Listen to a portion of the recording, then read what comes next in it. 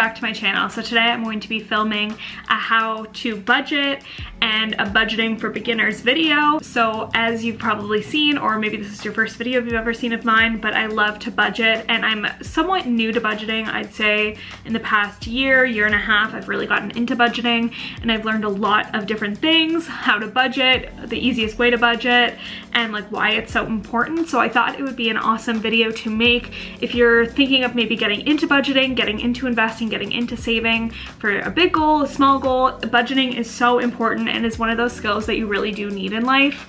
And it's something that is definitely not taught at different high schools, middle schools, colleges. So I wanted to make a video that's super easy and explains it bit by bit how to budget. I also wanted to include some different books and different YouTube channels and different things that have really helped me with my budgeting and like financial wellness journey.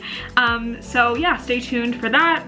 I have a bunch of different suggestions, and just to make a disclaimer, I am by no means a financial expert. I'm someone who has learned from my parents, from my family, from my own research, my own knowledge, speaking with investors, speaking with wealth managers, like all of that kind of thing. And it's something that I've definitely learned through practice and learned through like continuous effort, how to budget, how to invest, all of those different things. And I just wanted to share my knowledge.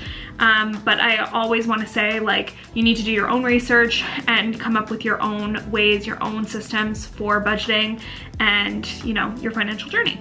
So with that being said, let's just get right into the video, and I'm going to start with why is budgeting important.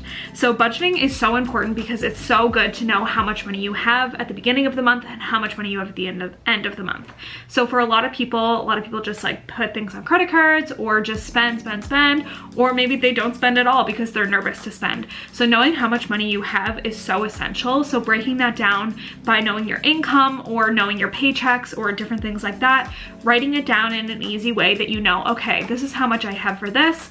And then after that, go through all of like your non-negotiables. So that would be like rent, mortgage, what else can I say? Phone bill, cable bill, cell phone, everything like that. So the things that are non-negotiable, car payments, student loans, all of those things that you have to pay every single month, subtract that, and then you have like your discretionary spending. So that would be like food, going out, takeout, all of those different things, buying books, shopping, clothes, all of those different things would be under that. So one thing that I noticed whenever I started to budget was how much money I actually had that I didn't know where it was going. So I had like subscriptions to things that either I was no longer using or I forgot that I had, which is shocking that I didn't know where sometimes $20 a month was going every single month.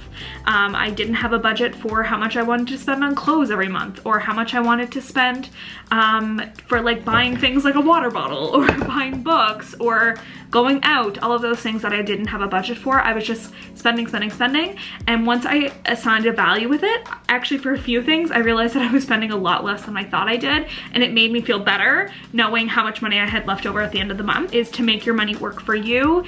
So for me, I have different investing accounts where I put my money, and my money is continuously growing, getting interest, buying stocks, buying bonds. I have a retirement account. I have a pension plan. I have a TFSA. I have many different savings accounts, and I'll kind of, maybe that'll be a different video because I want this to be very beginner and very basic. So making your money work for you is such a great part of budgeting and investing, because at the end of the day, if you have a lot of money just in your regular like checking account, it's actually losing money rather than making you money. So knowing where to move your money to make it work for you is the best thing possible.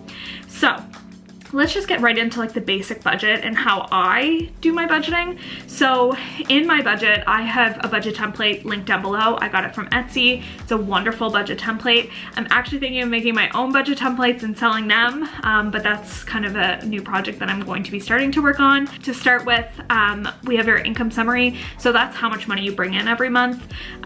So like if you get paid twice a month, if you have like a side hustle, if you have a part-time job, if you know, whatever, you put that money in once you get paid, and then you put the date so you know when that is coming in. I always do a budget at the beginning of my month, and then I normally update it 2 or 3 times after, and then finally at the end of the month. So income summary, how much money you bring in every single month.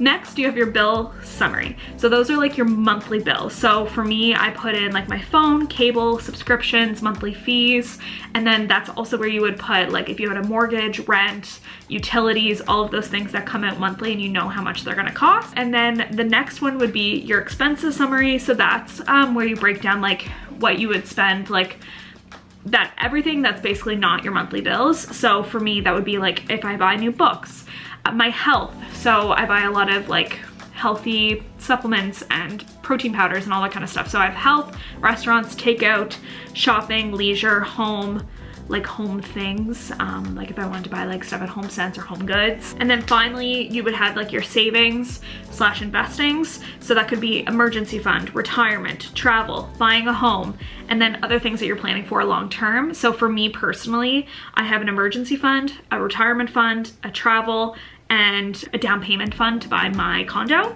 So for me, that's the easiest way that I break it down. So in my expenses, I break down every single thing that comes out of my bank account. So like I put everything from my credit card, I put everything from my bank card, I put all of that stuff. I write it right down in my budget so I know exactly what I'm spending, and it also keeps me accountable because when I'm buying things, I'm like, okay, do I really want to spend this much money on this? Like at the end of the month, is Lydia, future Lydia, gonna be mad at me for spending this much money? Sometimes I say yes, sometimes I say no, and then I continue on. But knowing kind of how much money you have left over. So for instance, this month I wanted to go to a country concert. It's happening in July of 2023. So I bought the tickets now before they sold out because it's a really good country concert, so I really wanted to go. And I looked at my budget and I was like, okay, I have $600 left over in spending that I've accounted for, and that's not included in my other budgets. So I have the money to spend on these country concert tickets. So I was like, do you know what? I have the space. I wasn't accounting for spending that money, but I knew that I had the extra money so I could spend it and not be anxious about it, feel bad about it, feel guilty about it. And to me, that is something that has given me so much peace, knowing how much money I have. So I can look at my budget before I make a financial decision, is so helpful. But for that, so that's kind of like the basics to budgeting. So basically for me, I have my income summary, my bill summary, expense summary, and then my saving and investing.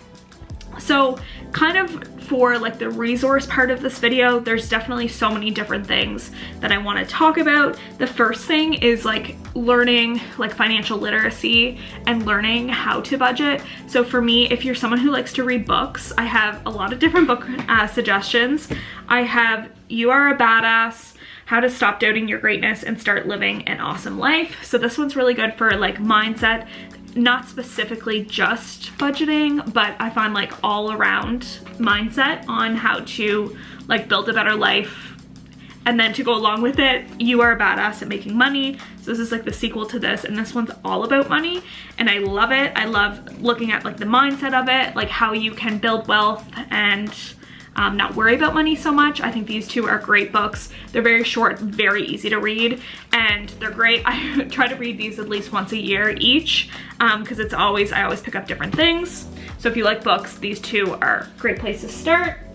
I also read this one. It's called Big Money Energy, and this one's by Ryan Serhant. He is on a few different shows. I think he's on $1 Million Listing and Sell It and like Selling New York or something like that. So this one's really good. It talks a lot about real estate, so if you're into that kind of thing, which I am into, I thought it was really interesting. And yeah, it talks kind of more about the mindset of money and how to, you know, get rich. And not that it's all about getting rich, but knowing how to work your money is really important. So I like this one. It was good. It was more like talking about his journey. So if you're not really into that, maybe not for you, but if you're looking more for tips, I would say these two books are definitely better. And then also I have some on my Kobo too. So one, it's more of like a manifestation money book, and it's called Happy Pocket Full of Money. And it's an awesome book. I tell everybody about it. I'm also currently reading The Power of Your Subconscious Mind. There's a few chapters about money in that one as well, which I really like. Like I said, it's more just about your mindset around money. It's very important, and changing it from a negative mindset to a positive mindset. And also I've read Rich Dad Poor Dad by Robert I can't pronounce the last name, Kioski. So he is a Canadian finance guru, I would say, and he's great. I've also read Dave Ramsey's books. He's a little bit, some people like him, some people don't, but he really helped me whenever I was going to pay off my student loans, so I'm debt free, and he was a big part of that. So like just putting as much money towards your student loan as possible. So that was like another part, but I have a whole video, and I'll link it down below, of how I paid off my student loans, $15,000 in 6 months. So I have that video linked down below if you want to go look at that. But yeah, so reading was a huge part of like learning about budgeting. Also another great resource was my parents. My parents are really good at managing money, and like investing and all of those things. Like they're debt free, and so they taught me a lot about that. So that was a great resource as well. I could always ask questions and they would sit me down and teach me how all those things worked, like mortgage, renting, like what the difference was there. So yeah, they were a great resource as well. So finally, my tips are for budgeting. Is to update your budget 2 to 4 times a month. So like I said, inputting all of your expenses, your bills, updating it so you know where you stand with your money. Like I said, because it's connected to, so you're not anxious about money or feeling like you're spending too much, you know exactly where you stand. And then also I use a digital planner for ease. Like I said earlier, I'll link one that I use down below, and I just find it super easy to like write it in. It literally takes less than 5 minutes every time I do it, and it's a great way to keep up with it. And I have the app, I just use Google Sheets on my phone, my iPad, and my laptop, so it's very easy. Another one is don't be too strict, be more realistic. And for me, that was really hard in the beginning because I was so strict. No, I can't spend this. No, I can't spend this. But I found that I was kind of like getting burnt out, and I had a really negative connotation with it. But when I was more like realistic and loose, I found that I just do a lot better with it. So you're just gonna have to kind of find that balance for yourself. And then another thing is just to make it positive and make it fun. So for me, when I do my budgeting, I like to like put on a podcast, put on a show that I love to watch. I look forward to it every month. I look forward to payday every month so I can like budget where the money's going. And then also another tip is when you're budgeting, it's a great opportunity to look for ways to reduce your spending in certain categories. Like for me, I spend a lot in clothes. I also spend a lot in subscriptions. So some months I take it back. Some months when I have a little bit more money, I add back a subscription. I'm always moving that around. And then another tip I would have is to pay off debt. Like I've said, I had $15,000 in student loans, which I did pay off. And now I have so much more freedom with my money and so much freedom in my life because I don't have that weighing me down. And then it's also a great way to look to see if there's ways that you can make more income. So for me, I work a full-time 8 to 4 job where I have a pension, I have benefits, I have all those things, and I get paid a pretty good salary. And then also I decided to get a part-time job because I have extra time and I wanted to just do something fun, do something outside of my comfort zone. Because I work from home, I don't see a lot of people. So I wanted to work somewhere where I'd be with the public. So I got a job at Sephora, and I just am starting now. But yeah, so it's fun. I get a little bit extra money to play with, money to add to different things in my budget.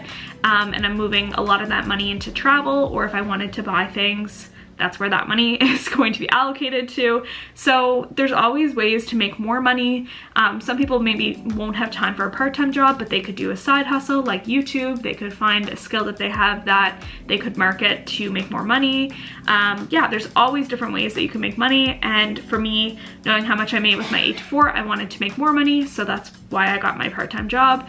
And I'm selling clothes. I'm doing lots of stuff to make more money. So just so you know, it's always possible to make more money. You just kind of have to set your mind to it. So I rambled on and on and on for 15 minutes, but that is everything for how I make my budgets and budgeting for beginners. If you like this video, please like, comment, and subscribe to my YouTube channel. And if you have any budgeting questions, please leave them down below. And I will also leave links and all of the different products that I mentioned down below. But yeah, thank you so much for watching today's video. I will see you in my next video. Bye.